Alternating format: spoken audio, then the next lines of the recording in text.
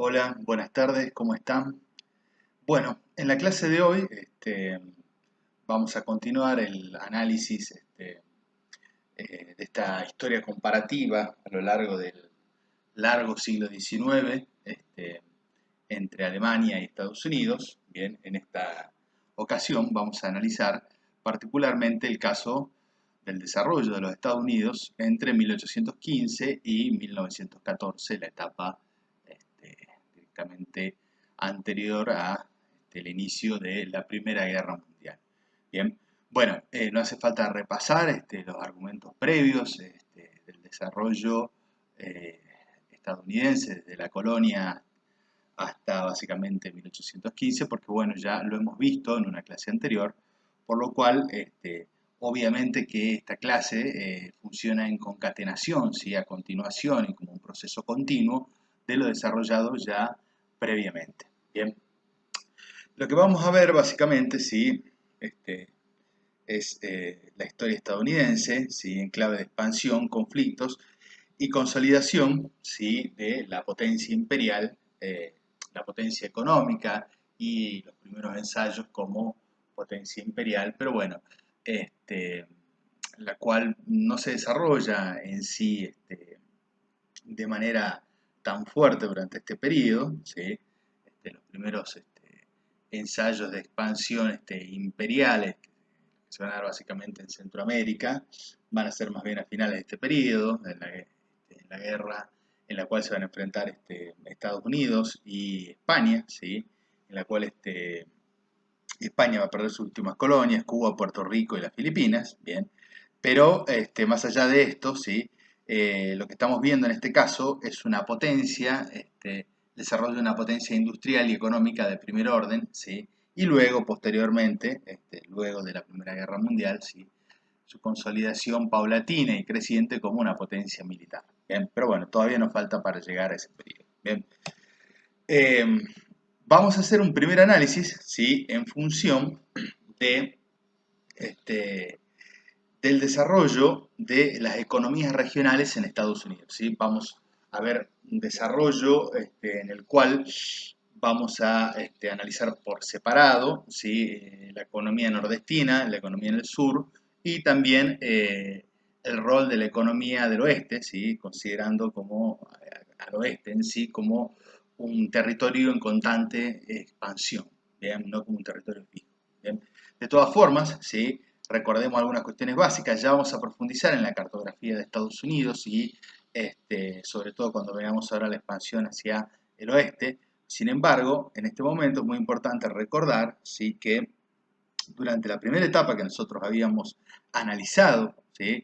El desarrollo de la historia de Estados Unidos era básicamente la historia de las 13 colonias, ¿sí? Lo que vemos aquí, esta franja, bien, que está sobre el Atlántico, bien, que son las 13 colonias originales, bien, y sobre la cual ya hemos desarrollado, ¿sí? Los procesos históricos a lo largo de la colonia, ¿sí? Lo que vamos a ver en primera medida y ahora como norte y sur, ¿sí? Podemos considerar, ¿sí? Los estados del sur, básicamente de Virginia para abajo, ¿sí? Y los estados del norte, ¿sí? De Virginia para arriba, ¿sí? Virginia es considerado en gran parte siempre como un estado esclavista y sureño, ¿sí? Luego se va a dividir, pero en este momento esta es la primera división que vamos a tener entre norte y sur cuando analicemos en primera instancia las economías regionales. Bien, recuerden ustedes, ¿sí? Que básicamente durante toda la etapa colonial la cordillera de los Apalaches, ¿sí? Que se halla acá por donde estoy pasando el mouse, ¿sí? Básicamente lo que está más allá, digamos, de las 13 colonias originales, digamos, la frontera hacia el oeste estaba dada por las cordilleras de los Apalaches, ¿sí? Luego ya a fines del siglo XVIII se van a dar paulatinos avances hacia esta región, pero esto lo vamos a ver más adelante. Bien, entonces, analicemos caso por caso el desarrollo de la economía estadounidense, ¿sí? Entre 1815 y 1865.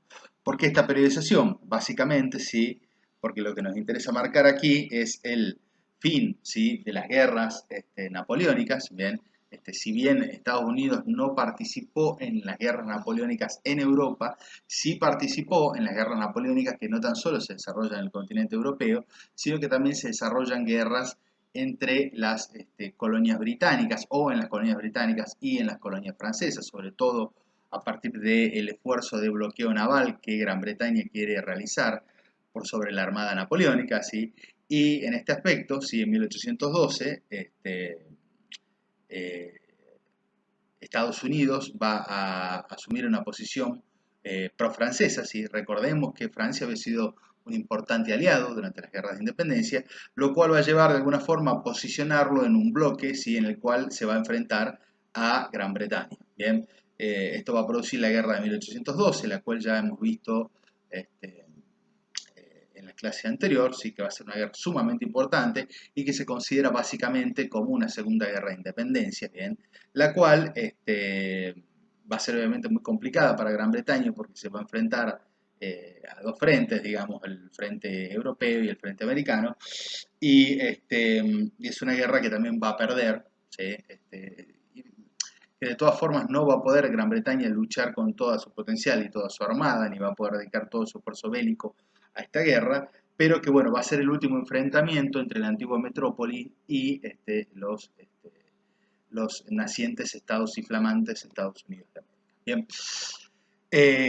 Hasta 1865, ¿sí? 1815, finalización de las guerras napoleónicas, bien, finalización de este enfrentamiento entre Estados Unidos y Gran Bretaña, ¿sí? Y un periodo que se extiende, el que vamos a ver ahora en primera medida, hasta 1865, que es la finalización de las guerras civiles en Estados Unidos. Bien, entonces lo que vamos a hacer ahora es un análisis de las economías regionales, ¿sí? En este periodo. Bien, lo primero que vamos a analizar en este caso es el sur y el sistema esclavista. Bien, ya habíamos apuntado algunas cuestiones previas, ¿sí? Lo que es muy importante en este momento, ¿sí? Es el traspaso, ¿sí? El desarrollo de una economía tabacalera a una economía algodonera, ¿sí? Como ya habíamos visto, el principal desarrollo, sector productivo que se desarrolla incluso en las colonias eh,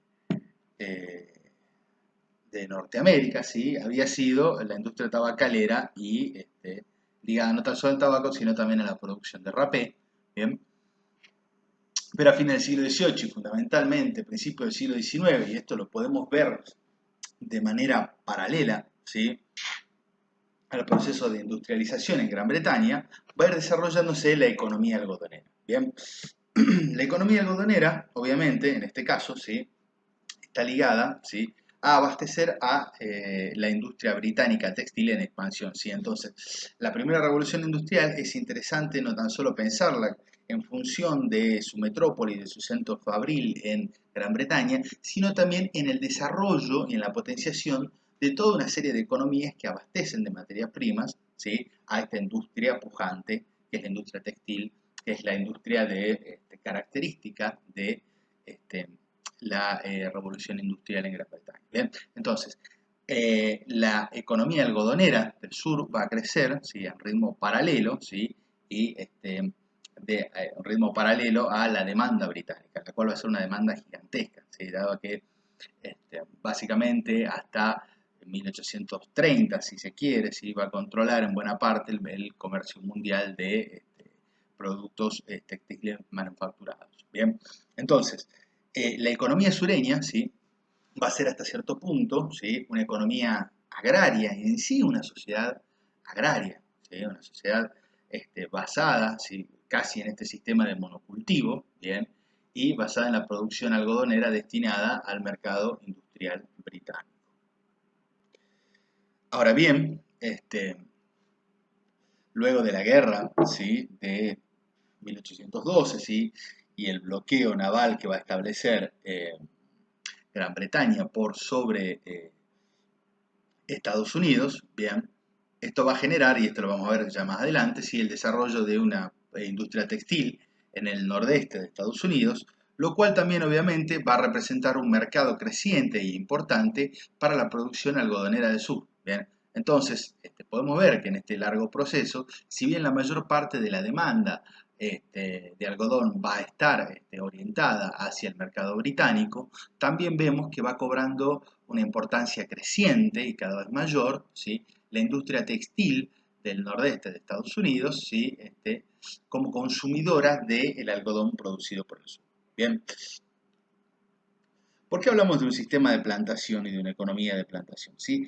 El sistema de plantación y la economía esclavista, bien, no tan solo va a ser característico del sur de Estados Unidos, sino que también lo vamos a ver replicado, no de manera idéntica, pero bastante similar, ¿sí? En algunas economías, como las plantaciones cafetaleras en la zona del Caribe y principalmente las grandes haciendas azucareras y cafetaleras del Brasil, que también van a utilizar una inmensa cantidad de mano de obra esclava. Bien, ¿qué caracteriza al sistema de plantación? Generalmente cuando hablamos del sistema de plantación y el sistema de la economía de plantación algodonera del sur de Estados Unidos, bien, nos referimos básicamente a grandes latifundios, ¿sí? En realidad la economía algodonera, la producción algodonera, si nosotros vemos el reparto de la tierra, vemos que en realidad la mayor parte de la producción residía en un sistema latifundista. ¿Sí? Digamos que la mayor parte de la superficie implantada con algodón y dedicada a la explotación del algodón estaba en pocas manos, generalmente en grandes explotaciones latifundistas, bien, grandes explotaciones dedicadas a la producción de algodón. Bien, la economía de plantación, sí, básicamente es una economía que si bien tiene un importante ingreso de capital, funciona básicamente como una suerte de, entre comillas, sí, economía de autosubsistencia. ¿Qué es la plantación? La plantación siempre está la casa, la casa central, lo que nosotros podemos conocer en términos jujeños como el casco de estancia, ¿sí? No en casco de estancia, perdón, el casco de estancia es más porteño, sino como la sala, ¿sí? Piensen en las grandes haciendas aquí en Jujuy también, ¿bien? Donde viven los patrones, en este caso, ¿sí? Los dueños de estas grandes propiedades, ¿sí? Que son siempre blancos, población blanca, ¿bien? Y luego tenemos también las barracas y la casa de los esclavos. Ya vamos a hablar exactamente de qué se trata el sistema esclavista, ¿bien? Y luego, obviamente, inmensas plantaciones, ¿sí? Dedicadas, inmensos territorios, tierras dedicadas al cultivo del algodón. Y también, ¿sí? Generalmente se le daba pequeñas parcelas de tierra a los esclavos para que produzcan sus propios alimentos, ¿bien? Entonces, dentro de estas economías de plantación, las cuales muchas veces se hallaban sumamente distantes de las grandes ciudades o de los centros urbanos, ¿bien? Eran hasta cierto punto economías cerradas y autosubsistentes, ¿sí? En la cual el patrón esclavista, el dueño esclavista, era básicamente un señor feudal y amo y señor del destino de esas tierras y de los esclavos que allí vivían. Bien, el sistema de plantación esclavista, la economía esclavista, ¿sí? Reside básicamente en la gran propiedad, ¿sí? Y en un sistema en el cual, ¿sí? La compra masiva, ¿sí? De mano de obra esclava se da por parte de estos grandes propietarios, ¿sí? Y no tanto en un sistema de pequeña y mediana propiedad, ¿sí? Estamos hablando de un sistema de grandes latifundios. Bien, el sistema esclavista de la modernidad, ustedes un poco ya lo conocen, ya lo hemos visto desarrollado, ¿sí? Es distinto en gran medida por ahí al sistema romano que ustedes habían estudiado previamente, no vamos a ahondar en esto porque tenemos que avanzar, pero es una población esclava exclusivamente africana, ¿bien? Pura y exclusivamente africana, ¿sí? Reclutada, no reclutada, sino traída por la fuerza de África, ¿sí? A través de distintos métodos, ¿sí? Eh, y que representa, ¿sí? Básicamente la fuerza de trabajo, la totalidad de la fuerza de trabajo, ¿sí? De las plantaciones esclavistas, valga la redundancia, en el sur de Estados Unidos. Bien. Se calcula básicamente que el 40% de la población del sur de Estados Unidos, ¿sí? A comienzos del siglo XIX, estaba compuesta de población esclava y estos números varían, ¿sí? Por ejemplo, casi el 60 o el 70% de la población de Georgia, ¿sí? O de Alabama, ¿sí? Era población negra esclava, ¿sí? Entonces había algunos estados sureños que tenían incluso una población esclava negra, ¿sí? Afroamericana, ¿sí? Ese es el término correcto, mayor incluso que la población blanca. ¿Bien? ¿Qué es el esclavo en sí? El esclavo es considerado como un bien mueble, como una mercancía. ¿Bien? En el sistema capitalista esclavista, ¿sí? El el esclavo, y no tan solo su trabajo, sino el esclavo en sí, es considerado como una mercancía. Ni siquiera es considerado como un sujeto de derecho, digamos. ¿Qué significa esto? Que el esclavo en sí solamente responde como un bien mueble, como una mercancía, ¿sí? A cargo del amo, ¿sí? El sujeto de derecho es el amo y nunca el esclavo. ¿Bien? Entonces, el amo esclavista puede hacer básicamente con el esclavo lo que quiere. ¿Bien? Eh, Hay una producción cinematográfica bastante extensa con respecto al tema de la esclavitud en Estados Unidos. Hace poco, bueno, no sé si tampoco, 7, 8 años puede ser, salió la película 12 años de esclavitud, basado en el diario de eh, un hombre afroamericano que es raptado en realidad del Nordeste. Él era un hombre libre, ¿sí? Que es raptado y llevado hacia el sur. Bien. Este, También Amistad, ¿sí? La película Amistad, ¿sí? Que se llama, que es la historia de un esclavo que es desde su secuestro en África hasta su paso por la plantación, y todo el primer debate que se da en el Congreso de Estados Unidos en relación a la prohibición del comercio de esclavitud, ¿sí? Digamos, el comercio en sí, en 1807 se prohíbe el comercio, pero esto no implica un gran cambio, dado que los mismos hijos de los esclavos seguían siendo esclavos en América, ¿bien? Y hacia principios del siglo XIX, sí, ya había prácticamente 1.500.000 esclavos en Estados Unidos. Bien, de 8 millones y medio, creo que 1,5 millones este, eran esclavos, ¿sí? Que residían la gran mayoría en las plantaciones esclavistas sureñas. Bien, eh, obviamente que el sistema de trabajo esclavista era un sistema de en gran medida de explotación, ¿sí? Donde el trabajo era de sol a sol, en condiciones sumamente duras, ¿sí? El trabajo de la cosecha, de algodón, es un trabajo, acá tengo algunas imágenes un poco ilustrativas, este, ¿sí? Esta es una plantación algodonera típica del sur, ¿sí? Vemos que trabajan tanto las mujeres, ¿sí? Como los niños, en realidad trabajaba toda la familia, ¿bien? Acá hay otra imagen también clásica del hacendado sureño, ¿sí? Tratando casi como un animal, ¿sí? Al esclavo, ¿bien? Eh, También es importante decir, ¿sí? Les recomiendo, ¿sí? Que vean estas películas que me parece que son bastante ilustrativas de el problema de la esclavitud en Estados Unidos. Más adelante voy a subir los links de la película para que puedan ver. Bien, entonces, eh, esto va a suscitar obviamente una serie de debates y de problemas, ¿sí? Por una parte, ¿sí? El Nordeste siempre va a ver con malos ojos, ¿sí? Al sistema esclavista del sur, y también incluso Gran Bretaña, a partir de 1834, va a empezar a llevar a cabo una campaña antiesclavista, sobre todo de los puestos negreros, ¿sí? A cargo de holandeses, portugueses e incluso de los mismos británicos.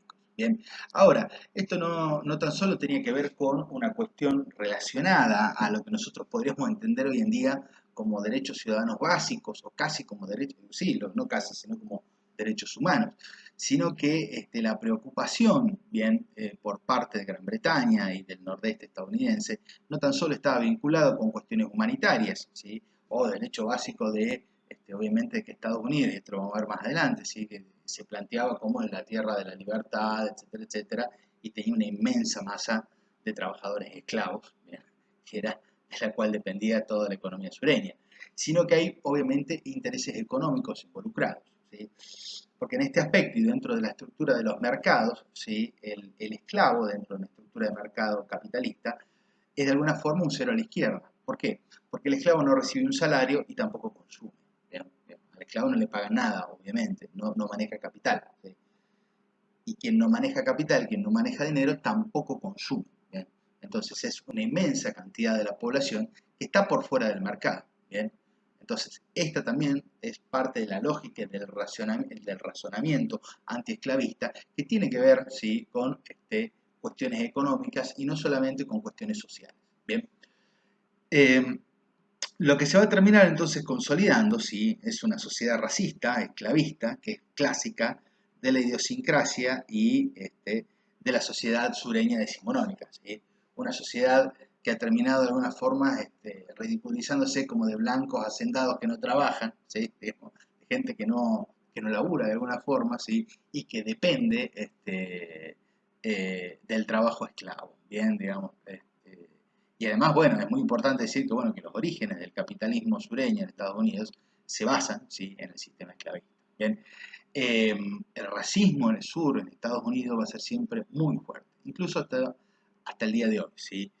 Eh, Obviamente que no tiene sentido hacer construcciones homogéneas o visiones homogéneas de estas sociedades, las cuales son también sumamente complejas, ¿sí? Pero históricamente, e incluso hasta el día de hoy, ¿sí? Son sociedades en las cuales generalmente, ¿sí? Las poblaciones no blancas, ¿sí? Y particularmente las poblaciones afroamericanas, ¿sí? Siempre han estado, ¿sí? Totalmente racializadas, ¿sí? Y separadas, bien, de la población blanca, bien. Nunca se ha dado una integración, desde mi punto de vista, total y completa, ¿sí? Y hasta el día de hoy sigue habiendo grandes conflictos en el sur de Estados Unidos, bien, prendan el noticiero y véanlo, hay miles de noticias, ¿sí? De abuso hacia la población americana, de segregación de la población afroamericana y de toda clase de problemas, bien, en la sociedad sureña, ¿sí? Que se considera el blanco superior al negro, ¿sí? Digamos, y en donde el blanco considera que naturalmente el negro debe trabajar para él, ¿bien? Este, esta ideología yo creo que hasta el día de hoy todavía no ha terminado de superarse, ¿bien? Y es parte de la idiosincrasia sureña. Pasamos rápidamente a el desarrollo de la economía del Nordeste, ¿bien? El Nordeste, ustedes ya saben, sí, son básicamente los estados del norte, ¿sí? Los cuales ya hemos señalado, ¿sí? Nueva York, Pensilvania, Rhode Island, este, perdón, voy a poner un ratito el mapa acá, ¿sí? Al norte de Virginia, ¿bien? Este, Nueva York, Pensilvania, Massachusetts, Maine, Rhode Island, Delaware, Maryland, etcétera, etcétera, ¿sí? Eh, en el cual, digamos, si bien el sistema esclavista, ¿sí? Se va a terminar aboliendo, ¿bien? Eh, Va a existir una población afroamericana libre, ¿bien? E incluso un interés, ¿sí? Constante, ¿sí? Por parte de los esclavos del sur de poder fugarse hacia el norte y poder liberarse del sistema esclavista, ¿sí? Lo que se va a desarrollar de todas formas, más allá del sistema esclavista, es una economía distinta, ¿sí? Al monocultivo y al sistema de plantación sureño, ¿sí? Lo que va a caracterizar básicamente, ¿sí? Sobre todo en la etapa previa, digamos, hablando de un desarrollo previo a lo que sucede a la finalización de las guerras napoleónicas, ¿sí? Vemos en realidad, y esto ya lo hemos visto previamente, que el Nordeste, ¿sí? Había desarrollado una industria naval y pesquera y comercial bastante prolífica, ¿sí? Los astilleros, ¿sí? Del norte de Estados Unidos eran muy importantes, incluso recibían fuertes inversiones británicas, también tenían capitales propios, bien, eran zonas de comercio, digamos que del comercio internacional, sobre todo el puerto de Nueva York, ¿sí? Era un puerto sumamente importante, ¿sí? El puerto de Baltimore también, ¿sí? Era sumamente importante, ¿sí? Dentro del comercio mundial, y una industria pesquera que obviamente abastecía, ¿sí? Al mercado local. Bien. Eh, a partir de la guerra de 1812, la cual ya hemos mencionado, y también ya hemos mencionado el bloqueo británico, ¿sí? Por sobre estos puertos y por sobre el comercio, digamos que implica un bloqueo. El bloqueo ya lo vamos a ver, ya hemos desarrollado previamente, que implica un bloqueo dentro de, este, o para las víctimas de la expansión imperial, si se quiere, ¿sí? Bloquear, ¿sí? A una economía significa que no puede tener ningún tipo de comercio por fuera de sus fronteras. En este caso estamos hablando de un bloqueo marítimo. El bloqueo británico y en general los bloqueos son siempre marítimos, digamos, e impiden sí, que barcos de otras naciones y los propios vayan y vengan, ¿sí? De otros puertos y por lo tanto comercien, ¿sí? Con otras naciones. Esto obviamente que va a perjudicar fuertemente y hasta los tratados de 1815 a la economía sureña, la cual va a entrar, sí, en una pequeña crisis que va a recuperar, de la cual va a salir rápidamente una vez que se vuelvan a establecer relaciones con Gran Bretaña. Y por otro lado, va a permitir al nordeste, ¿sí? El desarrollo de una industria textil propia, ¿sí? Al estar bloqueados los puertos y al no recibir los productos británicos, ¿sí? va a empezar a desarrollarse en el nordeste, ¿sí?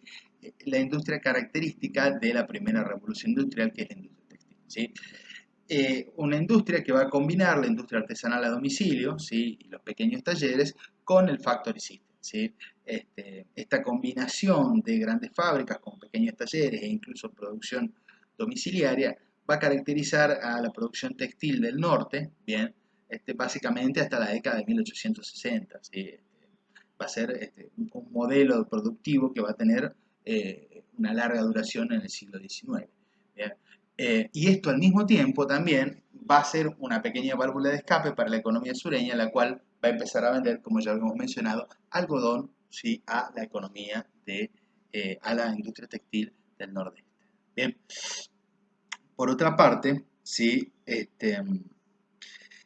El norte, ¿sí? Va a recibir una inmensa migración, ¿sí? Tanto el norte como lo que va a ser el inmenso oeste estadounidense, ¿sí? Y en general, a lo largo de todo el siglo XIX, ¿sí? Estados Unidos va a ser el país que más inmigración va a recibir a nivel mundial, ¿sí? Durante la primera mitad del siglo XIX, ¿sí? Van a ser básicamente ingleses, escoceses, sobre todo irlandeses y alemanes, muy fuertemente también, los que van a llegar a las costas estadounidenses y se van a radicar en primera medida, en muchos casos, ¿sí? En las ciudades portuarias de Estados Unidos, o en las del interior también. Hablamos de Nueva York, hablamos de Boston, de Baltimore, de Filadelfia, posteriormente de Chicago, de Detroit, que van a ser ya una vez que se constituye el estado de Illinois y de Michigan, ¿sí? Bastante importante, ¿sí? Una zona donde donde se va a asentar una población alemana, de migrantes alemanes muy fuerte, ¿bien? Por lo cual, la economía del nordeste, ¿sí? Va a contar con un mercado en constante expansión, ¿sí? Eh, si no me equivoco, creo que hasta entre 1790 y 1830 llegan, creo que 3 millones de inmigrantes, ¿sí? A Estados Unidos, ¿bien? Lo cual, para ese momento, si se considera que tenía una población de 8 millones, es un volumen inmenso de inmigración, ¿sí? Una de las características de Estados Unidos, y sobre todo de la región nordeste y del oeste, va a ser la afluencia masiva de inmigrantes, lo que se conoce como el aluvión inmigratorio. Bien, a partir de 1840, entre 1830 y 1840 también, ¿sí? Va a empezar a extenderse las vías férreas, bien, las cuales se van a desarrollar fuertemente, ¿sí? En la región nordeste y posteriormente en el sur y en el este, ¿sí? Sabemos siempre que la expansión ferroviaria es de alguna forma la creadora de los mercados y de los mercados modernos, ¿sí? Y sobre todo cuando hablamos de un territorio en expansión, un territorio tan grande como el estadounidense, ¿sí? Son necesarios medios de comunicación, ¿sí? Muy fluidos, ¿sí? Que recorran inmensas distancias, ¿sí? Estados Unidos es prácticamente del tamaño del continente europeo. ¿Bien? Entonces, el desarrollo de estos medios de comunicación es fundamental para la construcción de los mercados. ¿Bien? En paralelo, ¿sí? También se va a desarrollar, voy a agrandar un poco el PowerPoint, en paralelo también se va a desarrollar, y fíjense que similar son todos los casos, ¿sí? El británico, el francés, el alemán y también el estadounidense, y como industrias típicas de la primera revolución industrial, ¿sí? El desarrollo de la industria metalúrgica y carbonífera, ¿sí? Siempre ligada, ¿sí? A la expansión ferroviaria, ¿bien? A la construcción de maquinaria, de bienes de capital, ¿sí? Y el carbón como el principal combustible, ¿sí? Tanto de los ferrocarriles como de los motores a vapor en sí. ¿Bien? Esta industria va a ser también sumamente importante en Estados Unidos. Lo que se va a desarrollar, ¿sí? En el nordeste, ¿sí? Entonces, es ya de manera incipiente, ¿sí? No incipiente, ya a esta altura del partido, bastante consolidada, una burguesía ligada a la producción industrial y posteriormente también al sector financiero y comercial. Bien, la idea del WASP, ¿sí? ¿Se acuerdan? White Saxon and Protestant, ¿sí? Blanco sajón y protestante, blanco anglosajón y protestante, ¿sí? El clásico puritano de Nueva Inglaterra, ¿sí? Y esta imagen ligada también, obviamente, a una burguesía comercial, industrial y financiera del nordeste, y también a una idiosincrasia de una sociedad mucho más cosmopolita, mucho más tolerante, ¿sí? No vamos a decir que eran unos ejemplos de la tolerancia racial, pero obviamente que el trato en el nordeste hacia las poblaciones esclavas era mucho mejor que en el sur, ¿bien? Y también una sociedad cosmopolita hasta cierto punto, porque son sociedades lisa y llanamente que se construyen en base a la inmigración, a una inmigración constante, ¿sí? Ojo, ¿no?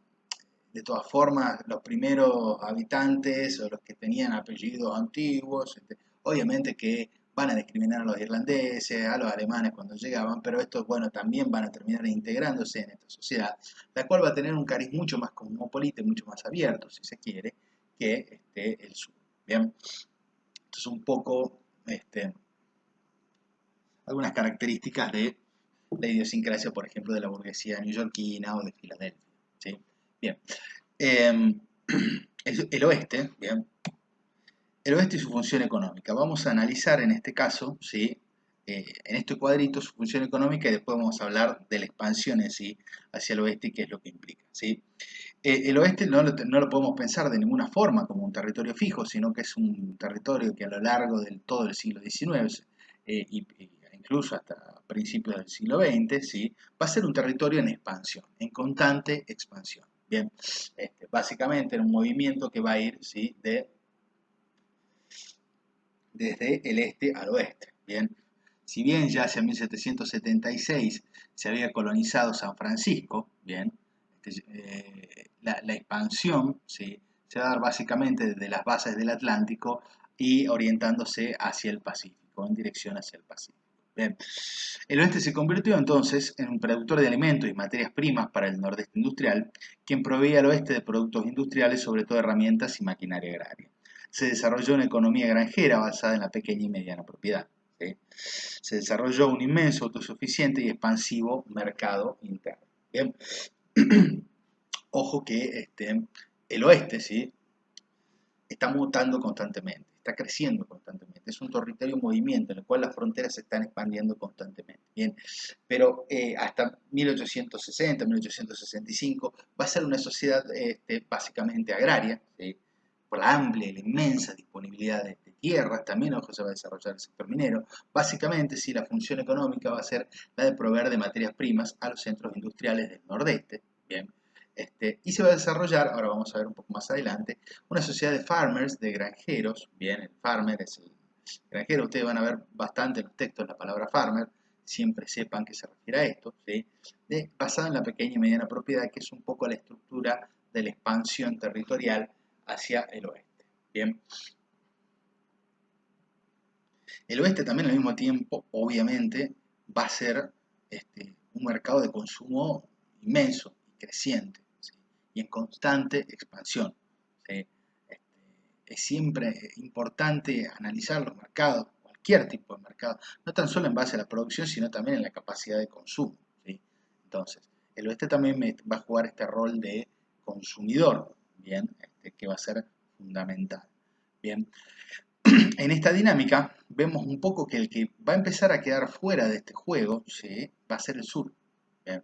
El que va a empezar a quedar un poco por fuera de la dinámica, ¿bien? De la economía, en la cual va a haber una alta integración entre el nordeste y el oeste, y hasta cierto punto el sur va a quedar un poco por fuera de este juego, ¿bien? Ya vamos a ver por qué características. Ahora vamos a analizar la expansión hacia el oeste. Bien, la expansión hacia el oeste en sí es un tema sumamente complejo. En realidad tendríamos que dedicarle una clase entera. Incluso podríamos dedicarle un seminario entero, ¿sí? Es un tema sumamente interesante que implica a muchísimos actores, ¿sí? No tan solo implica a Estados Unidos, sino también a Francia, a México, a Gran Bretaña, a todas las naciones indígenas, ¿sí? Que habitaban estos territorios. Bien, esto no era un desierto, ¿sí? No era que los colonos blancos llegaban a tierras vacías, ¿sí? Sino que llegaban a tierras en muchos casos habitadas por distintas naciones indígenas, ¿bien? Y que en la cual la expansión, ¿sí? Se va a dar articulando y avanzando por sobre un montón de actores sociales que son sumamente diversos, ¿bien? Por lo cual, lo que yo voy a hacer aquí es una explicación realmente muy sintética, ¿sí? De la expansión hacia el oeste, ¿bien? Entonces, lo que me interesa analizar aquí, ¿sí? Es en primera medida las oleadas, ¿sí? Las distintas oleadas, ¿sí? Esto no son necesariamente oleadas cronológicas, en algún punto sí, en otro no, ¿sí? Sino que son las distintas fases mediante las cuales se va avanzando hacia los territorios del oeste. Ya vamos a ver un mapa para entenderlo en detalle. Los pioneers, el pionero clásico, ¿sí? El pioneer, la figura, si ustedes se vieron alguna película de cowboys, si vieron en algún momento una serie de las miles de series de cowboys que hay, el pionero que viaja con la familia en la carreta, con el rifle, en busca de nuevas tierras, etcétera, etcétera, y que se está enfrentando a los indios, ¿sí? Digamos, que forma parte de el mito de expansión hacia el oeste, ¿sí? Esta primera oleada, en muchos casos, también acompañada del ejército, ¿bien? Cuando los pioneers no podían, ojo, los pioneers iban armados, ¿no? En grandes caravanas y fuertemente armados, ¿sí? Pero en muchos casos, ¿sí? Eran detenidos por los mismos pueblos indígenas y en muchos casos masacrados por los mismos indígenas, ¿sí? Bueno, en otros casos no, en otros casos se pactaba, ¿sí? Ya vamos a ver la función del Estado federal en esto. La primera oleada son siempre pioneers y también acompañados del ejército. Digamos, si el pioneer no puede asentarse, es el ejército federal, ¿sí? El que interviene, ¿sí? Para guerrear, ¿sí? Con las naciones indígenas, o también en otros casos, ¿sí? Interviene el Estado federal para comprar estas tierras o para negociar distintos tratados con las naciones indígenas del oeste. Ya vamos a ver un mapa más adelante. Bien, la segunda oleada también, una vez ya asentados estos territorios y controlados estos territorios, es la afluencia masiva de inmigrantes europeos, ¿sí? Básicamente, no tan solo de los ya mencionados, ingleses, escoceses, irlandeses, alemanes, franceses, polacos, rusos, ucranianos, básicamente de todas las naciones europeas, ¿sí? En muchos casos campesinos pobres que están buscando tierras, tierras baratas, ¿sí? Las cuales son provistas por la expansión hacia el oeste. Bien, entonces, la primera colonización generalmente se daba entre los mismos pioneers, ¿sí? De la primera oleada, ¿sí? Que ellos mismos se otorgaban prácticamente de manera gratuita, porque eran los primeros que habían llegado, formaba parte de las distintas leyes de colonización, tierras para ellos. Y estas inmensas tierras eran luego loteadas o expandidas a distintos lugares, ¿sí? Cuando ya había asentamientos ya fijos, bien, en el cual llegaban inmensas cantidades de migrantes europeos, ¿sí? Que conseguían tierra barata en estos lugares, ¿sí? Digamos, el acceso a la tierra, ¿sí? Era realmente barato, ¿sí? Y al contrario de Europa, ¿sí? Había condiciones climáticas y productivas muchísimo mejores que las europeas, ¿bien? Entonces, el sueño de hacer la América, ¿sí? El sueño de trasladarse desde Europa, el sueño de hacer la América del europeo, era ir y conseguir una parcela de tierra, ¿sí? Donde poder producir sus propios alimentos, también poder producir para el mercado, ¿sí? Y el hecho de ser poseedor de su propiedad privada, de su tierra, ¿sí? Era fundamental. Bien. Entonces, el acceso a tierra barata y a grandes extensiones de tierra, ¿sí? Va a ser uno de los principales motores de la migración, ¿sí? Más allá de los centros fabriles e industriales, ¿bien? Del nordeste, y que va a impulsar, ¿sí?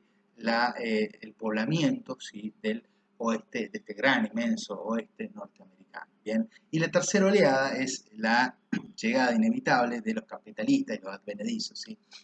A ver, de inversores que estaban buscando explotaciones de hierro, de carbón, de la misma expansión ferroviaria que va a generar inmensos mercados, de todo tipo de advenedizos, de contrabandistas, de aventureros, ¿sí?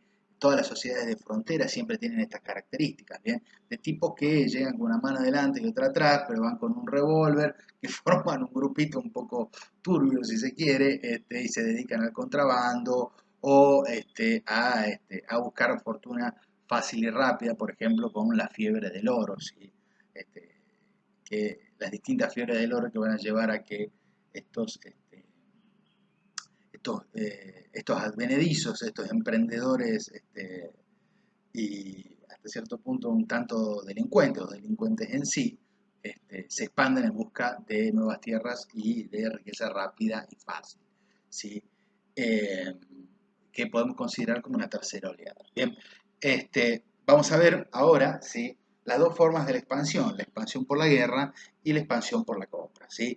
El caso emblemático es la guerra entre Estados Unidos y México entre 1845 y 1848, que va a llevar a la anexión de Texas, Nuevo México, California, Arizona, Nevada y Utah. Bien, acá sí ya es necesario que pasemos a un mapa. Bien, toda esta zona, lo que ven en realidad, estos dos colores, el rojo que ven aquí, ¿sí? Y el amarillo que ven aquí, ¿sí? Va a ser lo que Estados Unidos va a ganar en la guerra contra México. Bien, ya les voy a contar la diferencia entre uno y otro. ¿Cómo se origina la guerra? La guerra se origina en la región de Texas o de Texas, ¿sí? Cuando una serie de colonos estadounidenses, ¿sí? Se instalan allí y comienzan a formar una sociedad, digamos, en la cual ellos plantean, ¿sí? La independencia con respecto al Estado mexicano. Bien, hablando de advenedizos, ¿sí? Son básicamente en muchos casos especuladores, en muchos casos eh, colonos, pioneers que se establecen en Texas, ¿sí? Y quieren formar, en realidad, en primera medida, un territorio y una república independiente, ¿sí? De México, ¿bien? Porque ese territorio correspondía y estaba bajo la influencia de México en ese momento. Obviamente que el gobierno mexicano, ¿sí? Va a enviar tropas, ¿sí? Para repeler, ¿sí? Estos movimientos separatistas e independentistas, y los tejanos, los colonos tejanos, van a pedir el apoyo de Estados Unidos, ¿sí? Para poder unirse a la Unión estadounidense, que es la figura, ¿sí? Del Estado federal estadounidense. Bien, entonces, en primera medida, el general Santana, digamos, el Estado mexicano va a enviar al general Santana, el cual va a derrotar, ¿sí? En buena parte la resistencia de los colonos estadounidenses. No obstante, posteriormente, el ejército estadounidense, perdón, va a enviar tropas, ¿sí? Las cuales van a derrotar finalmente, ¿sí? En 1848 a las tropas mexicanas. Bien, esto va a llevar, vamos a ver de manera compleja, a la anexión de todos estos estados que estamos viendo aquí, ¿sí? Actualmente, ¿sí? Texas, Nuevo México, Arizona, California, Nevada y Utah, ¿sí? Esto se va a dar por anexión directa de la guerra, ¿bien? Y esto se va a dar por el Tratado de Guadalupe Hidalgo, ¿sí? En el cual Estados Unidos compra estos territorios a México, ¿sí? Compra entre comillas, digamos. Por los mexicanos no podían decir, no, nosotros no estamos interesados en venderlo, digamos. Tras la anexión de Texas, lo que se hace lisa y llanamente es decirle, como para llegar a un pacto y finalizar la guerra, ¿sí? Le ofrecen un monto de dinero al Estado mexicano, ¿sí? Como para darle una suerte de salida airosa de la guerra, bien, para decirlo, bueno, algo te damos a cambio de quitarte un tercio de tu territorio, ¿sí? México pierde prácticamente un tercio de su territorio y no sé si un poco más, no sé si un poco más, no sé si un poco más, por un 40% de su territorio en esta guerra. Bien, entonces, esta primera expansión, ¿sí? De toda esta inmensa franja del territorio del sur, bien, se va a dar por la guerra entre México y Estados Unidos. Bien, el caso de Texas es bastante interesante porque Texas es un estado libre asociado, ¿sí? ¿Por qué? Porque los tejanos se proclaman como una república independiente, la cual acceder a la Unión, a formar parte de la Unión, ¿sí? Como un estado independiente, ¿sí? Es una figura un poco compleja, la del estado libre asociado. Es un estado libre que se asocia, ¿sí? A la Unión estadounidense. Bien, este, esto habla un poco también de la tradición independentista tejana y de la idea de Texas como república independiente, que teóricamente, digamos, esto está avalado constitucionalmente, puede separarse, ¿sí?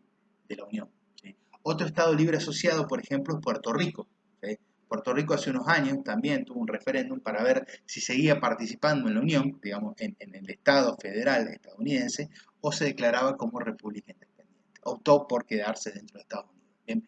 Hawái, si no me equivoco, creo que también es un estado libre asociado, ¿sí? Es una forma distinta de participar, ¿bien? De el Estado-nación estadounidense en este caso. Obviamente que todos estos territorios, ahora vamos a ver, ¿sí? También estaban poblados por inmensas poblaciones indígenas bastante aguerridas. Bien, entonces, otra de las segundas características es la expansión, ¿sí? Y la guerra contra las naciones indígenas, ¿sí? Lo cual llevó en muchos casos al exterminio y al desarraigo de estas poblaciones, y en otros casos generó compras por parte del Estado federal, ¿sí? O tratados con estos pueblos, ¿sí? No fue un escenario de guerra constante, si vamos a mostrar este, eh, esto, digamos, son las locaciones aproximativas previas al contacto con los europeos de los distintos, ¿sí?, pueblos de las distintas naciones indígenas en Estados Unidos. Bien, vemos que hay una inmensa variedad, ¿sí?, de pueblos, ¿sí?, originarios en Estados Unidos, bien, con el cual obviamente que si uno lo mira en la larga duración, realmente lo que sucede con las poblaciones indígenas es que van a quedar totalmente reducidas, van a perder en gran medida su independencia, ¿sí?, y van a quedar, desde mi punto de vista, discriminadas con el resto de la población blanca estadounidense, ¿sí? Esta expansión blanca ha resultado siempre muy agresiva, ¿bien? Y más allá de las políticas del gobierno federal, la integración de la población indígena ha sido muy similar a la situación de la población afroamericana, ¿sí? Siempre se los ha considerado como ciudadanos de segunda, ¿sí? Esto es así, ¿bien? Entonces,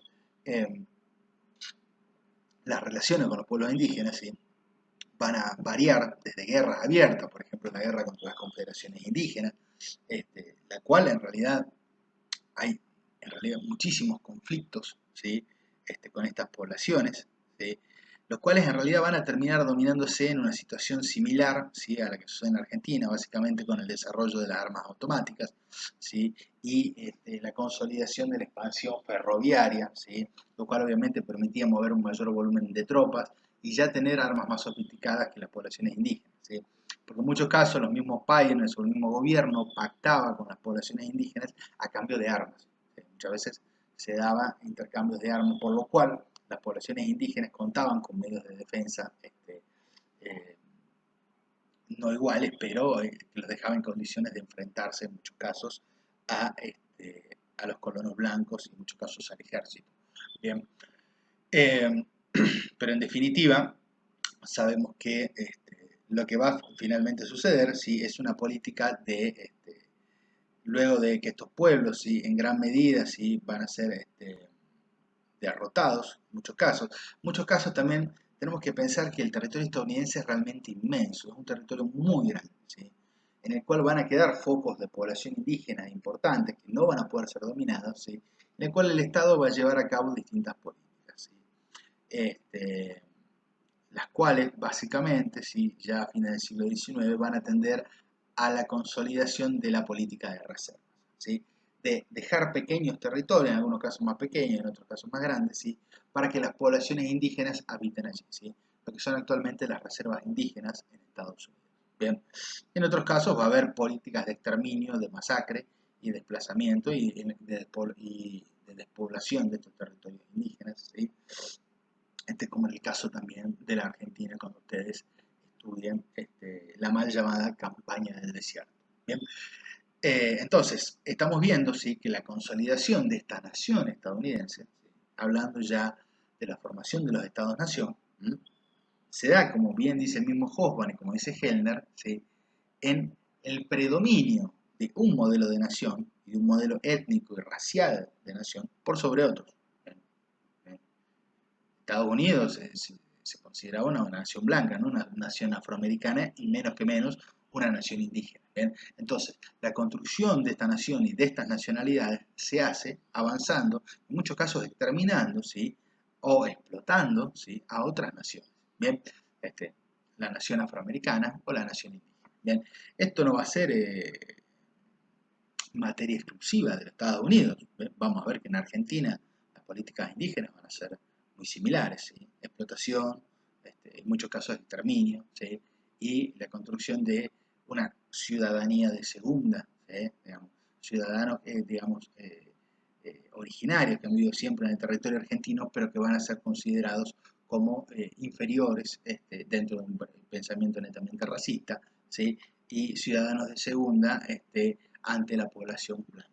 ¿Bien? Entonces, el racismo y la racialización, las consideraciones raciales, forman parte muy importante de la construcción de las nacionalidades americanas, en este caso de la nación estadounidense. Bien, en otro caso, sí, la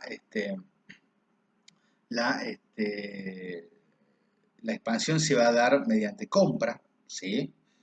El caso de la Luisiana francesa en 1803, ¿sí?, se pacta con Napoleón, la inmensa Luisiana, ¿ven? Lo que están viendo acá en el mapa, ¿bien? con este, yo soy un poco daltónico, pero pareciera un amarillo un poco más oscuro, ¿bien? Igual acá está claramente delimitado, ¿bien? Obviamente que la compra de la Luisiana francesa, porque esta parte era supuestamente la zona de influencia de Francia, la cual obviamente no controlaba toda, ¿sí? Sino que en este territorio también había muchísimas naciones indígenas que vivían allí, ¿bien? Y también, sumamente importante, ¿sí? En 1819, la compra de, a España de la Florida oriental, ¿sí? Y la compra de Alaska al Imperio Ruso en 1867, ¿bien? Entonces, estos son básicamente, ¿sí? los medios, ¿sí? Los métodos de la expansión estadounidense hacia el oeste. Ahora, vamos a hablar de la guerra civil y vamos a continuar profundizando en esta noción de este, la construcción del Estado-Nación y de la nacionalidad en el caso estadounidense. Bien, no podemos tan solo hablar de esta fragmentación racial entre blancos, afroamericanos y, y poblaciones indígenas, sino que tampoco podemos hablar pura y exclusivamente, ¿sí?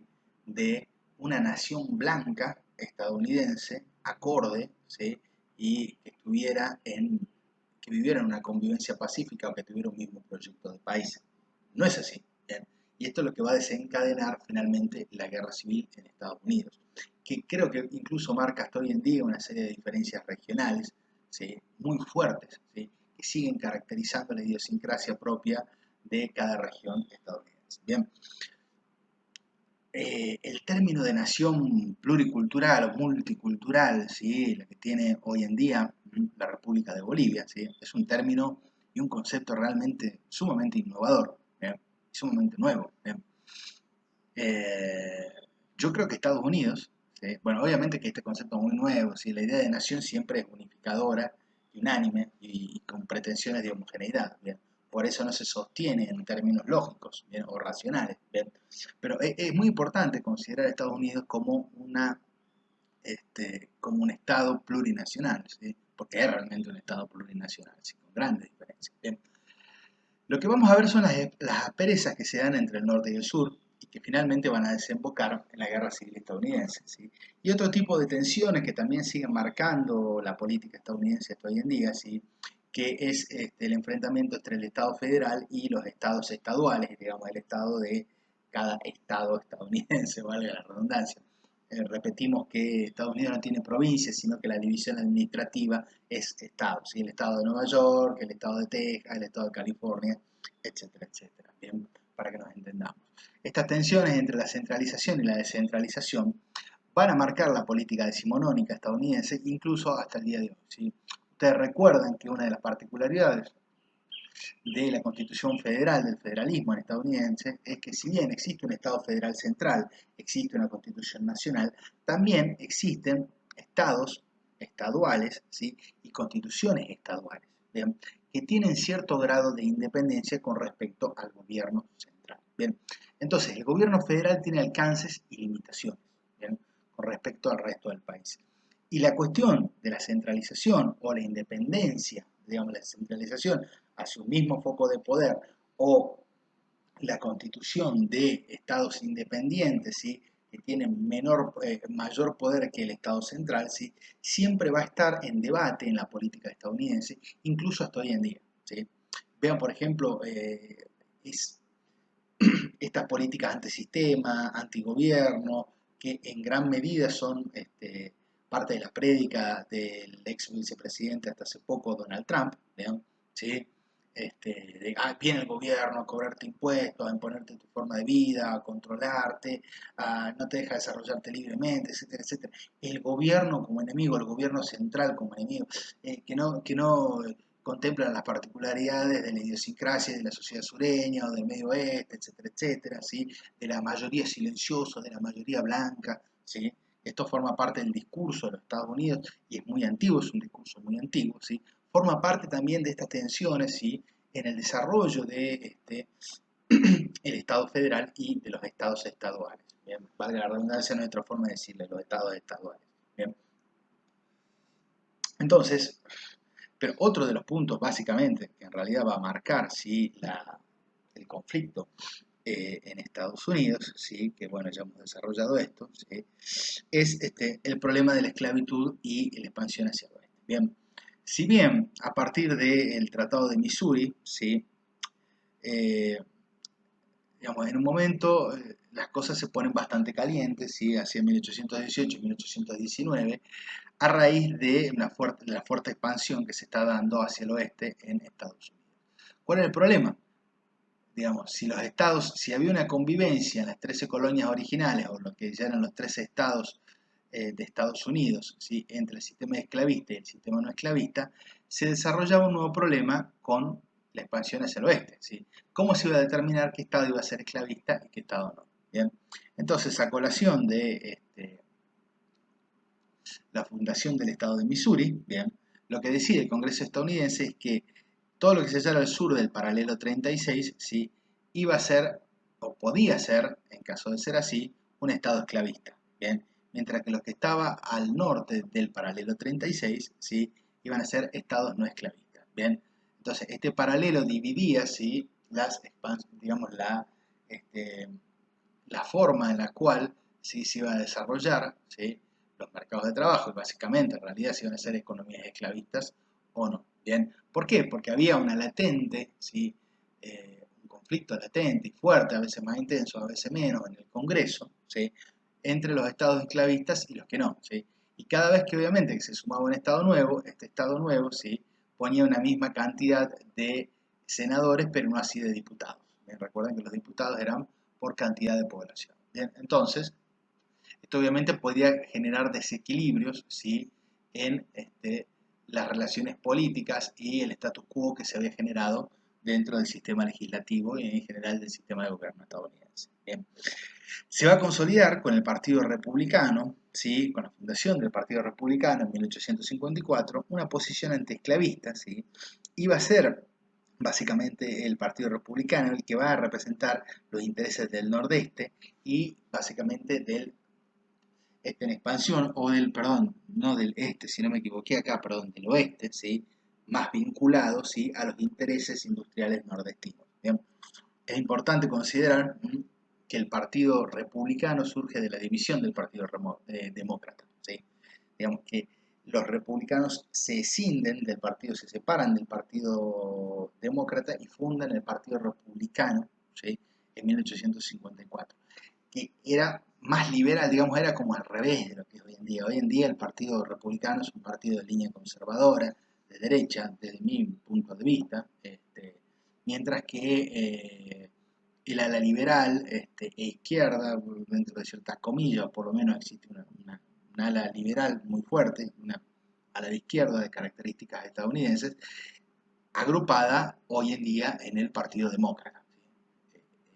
Hacia 1854, hacia mediados del siglo XIX, esta situación era inversa, ¿sí? Digamos, los intereses liberales del nordeste, los intereses industriales, ¿sí?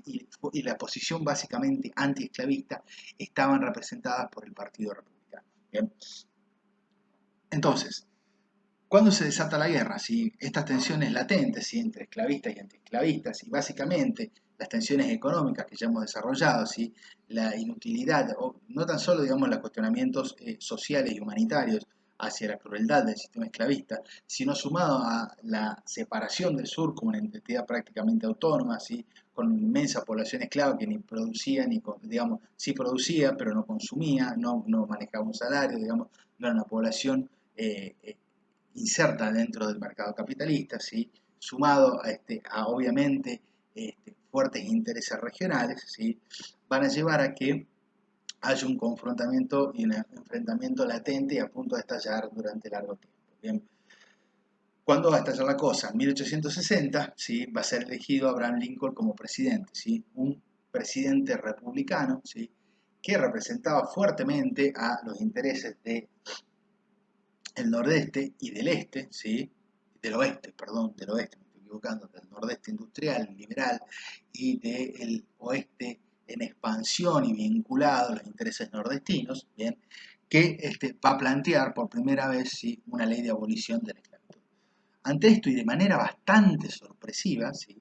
los estados del sur no van a reconocer, ¿sí?, a Abraham Lincoln, el cual va a ser elegido básicamente sin el consenso de los estados sureños, digamos. Le dieron los números a los estados del norte que tenían mayor población, ¿sí?, y a los estados del oeste asociados al mismo para elegir este presidente, y los sureños quedaron afuera de la jugada, ¿sí? Entonces, ante esto y de manera bastante sorpresiva, porque realmente nadie se esperaba esta movida, ¿sí?, los estados del sur, ¿sí?, se van a separar, ¿sí? Se llama guerra de secesión porque los estados del sur, ¿bien?, se van a separar de la Unión Estadounidense y se van a proclamar como una república independiente, como la Confederación, ¿sí? En este caso, los estados, vamos a ver un poco acá en el mapa, ¿sí? Esto es siempre bueno verlo en el mapa, ya me quedó muy abajo, ¿sí? Estados de Georgia, Carolina del Sur, Carolina del Norte, Virginia, parte de Florida, Alabama, ¿sí? Se van a separar, ¿sí?, y van a formar la Confederación, ¿sí?, de la cual van a elegir un propio presidente, que si mal no recuerdo es Jefferson Davis, eh, sí, Davis, va a ser el presidente de esta nueva confederación. Era como si yo le dijera, bueno, ante la elección de un presidente en la Argentina, Santa Cruz, Río Negro, Chubut y Tierra del Fuego deciden separarse de Argentina y forman una nueva república que se llama República de la Patagonia. ¿Ven? Por eso se llama guerra de secesión, ¿sí?, porque los estados sureños se separan. Esto va a llevar, ¿sí?, al desconocimiento de la confederación en sí por parte de la Unión Estadounidense y al estallido de la guerra entre el norte y el sur, ¿sí? La guerra se iba a durar entre 1860 y 1865, ¿bien? Va a ser una guerra que al inicio van a empezar dominando los sureños, pero una vez que el norte pone en marcha toda su maquinaria industrial y bélica, ¿sí?, va a tener más hombres, más armamento, y al mismo tiempo va a ser fundamental, ¿sí?, la industria naviera norteña, ¿sí?, nordestina, ¿sí?, la cual va a fabricar barcos de guerra a vapor, de acero, básicamente va a innovar la industria naval militar de la época y va a bloquear todos los puertos sureños, ¿sí? Entonces, los sureños no van a poder abastecerse de armamentos, tampoco tenían una industria que pudiera producirla, no van a poder comprarla de Gran Bretaña o de cualquier otro proveedor, por lo cual esta economía va a quedar ahogada y ahorcada, ¿sí?, y finalmente se va a dar un avance militar bastante sangriento del norte hacia el sur. ¿Bien? Va a ser una guerra muy sangrienta, una guerra en la cual se calcula que hubo 1 millón de muertos, ¿sí? Para la época es una guerra sin parangón, ¿sí?, en la cual ya vemos, ¿sí?, los primeros efectos, ¿sí?, de la mejora de los armamentos, ¿sí?, por sobre, ¿sí?, cañones de mayores alcances, armas automáticas. Creo que para esa época ya Maxim y Gatling habían fabricado las primeras ametralladoras, si creo que no equivocarme, digamos. Es un pequeño preludio de lo que luego vamos a ver durante la Primera Guerra Mundial, ¿sí? Una guerra con 1 millón de muertos era una guerra impensable para esa época en el siglo XIX en Estados Unidos o en Europa. Bien, va a ser una guerra sumamente sangrienta y en la cual el sur va a quedar prácticamente en llamas, ¿sí? El avance de las tropas norteñas por sobre el sur va a ser bastante cruel, y la ocupación va a durar prácticamente hasta 1877, ¿sí? El fin de la guerra civil, la cual va obviamente a ganar el norte, ¿sí?, va a inaugurar una nueva etapa, ¿sí?, en el desarrollo estadounidense, ¿sí?, en el cual ya van a predominar los intereses nordestinos. El sur vamos a ver que se va a reintegrar a la economía estadounidense de otra forma, ¿sí?, pero en el cual ya la esclavitud va a quedar por lo menos como esclavitud por fuera del tema de debate. Se va a abolir la esclavitud en sí, pero esto no significa que se dé una gran mejora de las condiciones de vida de la población afroamericana. Lo que va a suceder en realidad, y luego de las guerras de independencia, ¿sí?, en realidad es que no es que van a mejorar las relaciones entre blancos y ex esclavos en el sur, sino que se va a dar una migración masiva de poblaciones afroamericanas, ¿sí?, hacia los centros industriales del norte, particularmente Boston, Nueva York, Chicago, Detroit, etcétera, etcétera. Bien, que son hoy en día uno de los mayores centros de población afroamericana, ¿sí? La población afroamericana va a terminar huyendo básicamente del sur. Bien, no todas, pero sí una buena parte. Bien, esto va a abrir entonces una nueva etapa, ¿sí? En la cual, ¿sí?, el proyecto industrialista, ¿sí?, va a predominar por sobre, este, por sobre el proyecto de la sociedad agraria de plantación y racializada del sur. Bien. Lo que vamos a ver entonces a partir de 1865 y hasta 1914, como fecha tentativa, ¿sí?, va a ser la expansión industrial y el desarrollo de Estados Unidos como una potencia económica de primer orden, ¿sí? Ya al finalizar este periodo, Estados Unidos era el principal productor industrial del mundo. Bien. Pensando en un territorio tan inmenso, es fundamental analizar cómo se conecta este territorio y cómo los mercados se constituyen y se crean a través de los medios de comunicación. Ya hemos desarrollado esto para la segunda revolución industrial en Europa y en estos términos es muy similar, pero es mucho más importante en el caso estadounidense porque tiene un territorio inmenso. Bien, en 1869 se termina el ferrocarril bioceánico, que lo que hace es en realidad conectar los ramales del este y del oeste, ¿sí?, e integrar, ¿sí?, los puertos del Pacífico y del océano, ¿sí? Esto implica, ¿sí?, la conexión con los mercados del Atlántico y el Pacífico, ¿sí? Estados Unidos, ¿sí?, como una potencia, ¿sí?, que puede comerciar, bien, con los mercados asiáticos y con los mercados del resto de los mercados americanos y fundamentalmente los europeos en el Atlántico. Bien, la idea, ¿sí?, que es un poco en parte la que motiva la expansión estadounidense y la idea del destino manifiesto, ¿sí?, de que el destino de Estados Unidos era ser una nación bioceánica, bien, y que tuviera puertos y comerciara con todo el mundo en sí, bien, de alguna forma se va a ver no realizado en ideológico, sino en medios de comunicación concreto, cuando se conecten, ¿sí?, los mercados y los puertos del este y del oeste en 1869 con el famoso ferrocarril bioceánico. Bien, ¿cuáles son las condiciones y los factores que llevan a la generación de esta potencia, más allá de lo que acabamos de mencionar, y la conexión, ¿sí?, con los mercados del Pacífico y del Atlántico, ¿sí? Una inmensa, casi infinita disposición de materias primas, ¿sí?, de todo tipo, ¿sí?, no tan solo alimenticias, sino todo lo necesario para la producción industrial, ¿sí?, y un mercado interno en constante expansión, ¿sí?, no tan solo en expansión territorial hacia el oeste, sino que también en constante expansión en términos poblacionales y demográficos. Bien, la migración, sobre todo desde Europa hacia Estados Unidos, bien, va a ser una migración masiva y creciente. Bien, prácticamente la mitad o tres cuartos de la población se va a ser inmigrante hacia fines del siglo XIX. Bien, y esto obviamente va a generar un inmenso crecimiento demográfico y obviamente que cada una de estas personas que llega no es tan solo un productor, sino que también es un consumidor. Bien, esta es una de las principales características que marcan y distinguen a Estados Unidos del resto de las potencias industriales. Estados Unidos en sí y de por sí, y solamente considerando el propio mercado interno, era suficiente para su expansión industrial y su expansión económica.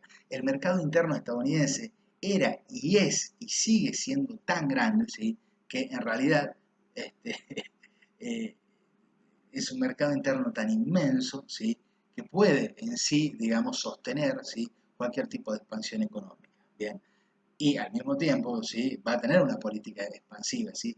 Ojo, Estados Unidos va a tener políticas proteccionistas muy importantes, lo cual le va a permitir aumentar, ¿sí?, las industrias internas, pero también va a ser el principal exportador de bienes manufacturados industriales del mundo, ¿sí? O sea que va a ser un crecimiento hacia adentro y hacia afuera. Pero el mercado interno estadounidense era muchísimo más grande, muchísimo más importante que el británico, el francés, el alemán, el japonés, etcétera, etcétera. Bien, entonces, las condiciones del mercado interno y la inmensa disponibilidad de materias primas van a ser los fundamentos de esta expansión. Bien, por otro lado, ¿sí?, la integración del sur. El sur, digamos, luego de la guerra, bien, la economía algodonera va a entrar en decadencia, ¿sí?, pero va a ser rápidamente reemplazada, por lo menos hacia la década de 1880, 1890, por la producción petrolera, ¿sí?, que hoy en día es una de las industrias más ricas del mundo, ¿sí?, y que el precio del petróleo, saben ustedes, hoy en día condiciona no tan solo los precios de la producción y del transporte, sino de cualquier producto en general, ¿bien? Porque todos los productos se mueven de un lado a otro, ¿sí?, por algún medio de transporte que depende del petróleo. Ya hemos visto que el petróleo reemplaza al carbón durante la segunda revolución industrial. Bien, una de las características de esta segunda revolución estadounidense va a ser el surgimiento de las inmensas empresas oligopólicas o monopólicas, ¿sí? Lo que ustedes van a leer también dentro de la bibliografía destinada a la problemática, como trust o pools, ¿bien? ¿Sí? Nos referimos al mismo fenómeno, ¿bien? Este tipo de industrias no tan solo se consolidan en plena expansión industrial, sino que en muchos casos también aprovechan a partir de la crisis de 1860, 1873, 1890, ¿sí? Que muchas pequeñas empresas quiebran y son absorbidas por empresas más grandes, ¿sí? Generalmente las crisis, siempre en los sistemas capitalistas y en el desarrollo de estos países, termina llevando a la condensación, ¿sí? A la concentración del capital industrial y financiero. ¿Bien? El caso clásico es el de Rockefeller y el Standard Oil, ¿sí? Rockefeller, yo creo que ustedes en algún momento de su vida han escuchado hablar de él, el gran magnate petrolero de la producción petrolífera, de las refinerías petrolíferas y de la inmensa empresa que era el Standard Oil, que prácticamente dominaba el mercado petrolero estadounidense, y de Rockefeller como la imagen de la materialización de la concreción del sueño americano. Rockefeller era un tipo que cargaba bolsas en el puerto, ¿sí? Digamos, era un obrero, tenía laburado con el lomo, ¿sí? Y que tiene unos orígenes, algunos dicen un poco turbio, otros menos, que era prestamista, que era, bueno, un poco mafioso, dicen algunos, es una historia con todos los condimentos necesarios, pero que termina siendo el mayor magnate de Estados Unidos. Digamos. Empieza siendo un trabajador, ¿sí? Y termina siendo un magnate. ¿Bien? Esto es básicamente la ascensión social y la idea del sueño americano, ¿sí? De que cualquier persona, ¿sí? Incluso un trabajador portuario que levantaba bolsas, puede terminar siendo el ciudadano más rico de Estados Unidos. ¿Sí? Entonces, Rockefeller materializa, ¿sí? Esta idea del sueño americano y del ascenso social y de que en Estados Unidos todo es posible. ¿Bien? Estas cuestiones, el destino manifiesto, el sueño americano, etcétera, etcétera, ¿sí? Son ideas, ¿sí? Que pregnan fuertemente en la cultura estadounidense, que tienen una fuerte influencia en la cultura, en el pensamiento y en la ideología estadounidense, ¿sí? Nosotros a veces la miramos con un poco de sorna, como broma, como cosa de yanquis, digamos, pero bueno, nosotros también tenemos algunos valores que los yanquis mirarán de afuera y dirán, bueno, son bastante ridículos, ¿bien? Pero estas cuestiones, ¿sí? Forman parte de la cultura estadounidense, ¿sí? Los estadounidenses creen en esto, ¿sí? Bueno, obviamente muchos lo critican, pero forman parte de la cultura popular estadounidense, ¿bien? Y son elementos, ¿sí? Que yo se los menciono porque son constitutivos no tan solo de la cultura popular, sino también del discurso y de la cultura política, ¿sí? A la cual se apela, ¿sí? En Estados Unidos. ¿Bien? Van a surgir también otras grandes empresas, ¿sí? El United States Steel, de JP Morgan y Carney, otros inmensos magnates de la época, dedicados a la industria metalúrgica y carbonífera de la época, ¿sí? Tanto minera como producción secundaria, ¿sí? La integración, ¿sí? De la producción primaria y secundaria en una misma empresa, ¿sí? Esto es fundamental, ¿bien? Y esta es una de las características, ¿bien? De estas empresas oligopólicas, ¿sí? No tan solo controlaban las minas de hierro y carbón, sino que también producían, ¿sí? Esta materia prima en sus propias fábricas, ¿bien? La General Electric, no hablemos ya del impulso de la energía eléctrica, ¿sí? Uno de los primeros accionistas de General Electric va a ser Thomas Alva Edison, ¿sí? Que va a ser uno de los impulsores, bien, del desarrollo de la energía eléctrica en Estados Unidos, ¿sí? Su competencia con Tesla, pero bueno, Edison, ¿sí? No tan solo que va a ser un científico renombrado, sino que también va a ser un gran capitalista de la época, y esto también nos habla de la importancia de la electricidad, ¿sí? Cuya primera expansión masiva como utilización de, como forma de iluminación, pero también como forma de, digamos, para abastecer distintos motores, ¿sí? Va a ser desarrollada fuertemente en Estados Unidos y va a ser una de las características distintivas de la segunda revolución industrial estadounidense.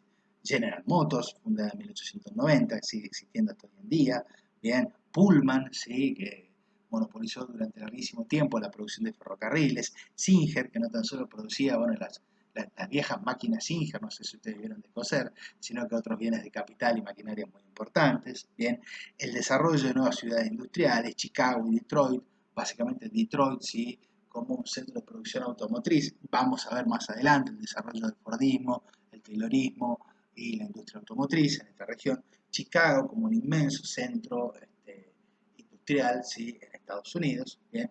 Y obviamente el surgimiento, no el surgimiento, sino la consolidación paralela siempre, ¿sí? Del sector financiero, ¿sí? De un sistema de crédito hacia la producción sumamente importante, ¿sí?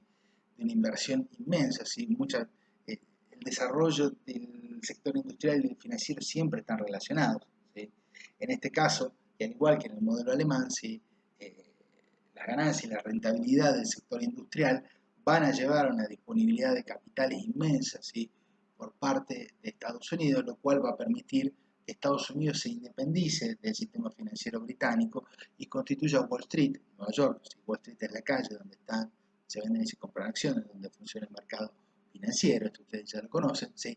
Que va a competir con Londres y que luego de la Primera Guerra Mundial va a ser el principal centro financiero a nivel mundial, ¿sí? El corazón del capitalismo financiero estadounidense, ¿sí? Eh, y no, mundial, perdón, ¿sí? Mundial es Wall Street, ¿sí? Y el dólar, ¿sí? Es la moneda de valor de cambio, la referencia de cambio de cualquier moneda del mundo. Bien. Esto se consolida justamente en esta época y surgen también, ¿sí? Las grandes empresas inversoras, ¿sí? A nivel financiero, las grandes empresas financieras como por ejemplo JP Morgan, ¿sí? JP Morgan, ¿sí? Chase, que hoy en día siguen, aunque ahora JP Morgan sigue existiendo, este, y que eran grandes magnates de la época, ¿sí? Que se dicen, bueno, que abrían la puerta del banco y entraban a la fábrica, ¿sí? Son grandes inversores industriales, y en este caso vemos que en general United States Steel, Estados Unidos Eléctrico, en realidad compañía eléctrica estadounidense, ¿sí? Va a ser justamente JP Morgan uno de los principales accionistas. Bien. Entonces vemos la consolidación de estas inmensas empresas que existen incluso hasta hoy en día y que no van a ser empresas monopólicas solamente de Estados Unidos, sino que en muchos casos van a tener un fuerte predominio sobre el mercado mundial. Bien, bueno, la clase esta nuevamente ha sido bastante más larga de lo que yo pensaba y planeaba. Vamos a continuar analizando la expansión estadounidense, la expansión industrial estadounidense, y vamos a seguir viendo el desarrollo de los procesos históricos en Estados Unidos a lo largo del siglo XX en las clases posteriores. Bien, de momento vamos a dejarlo aquí y eso es todo. Nos vemos en la próxima clase.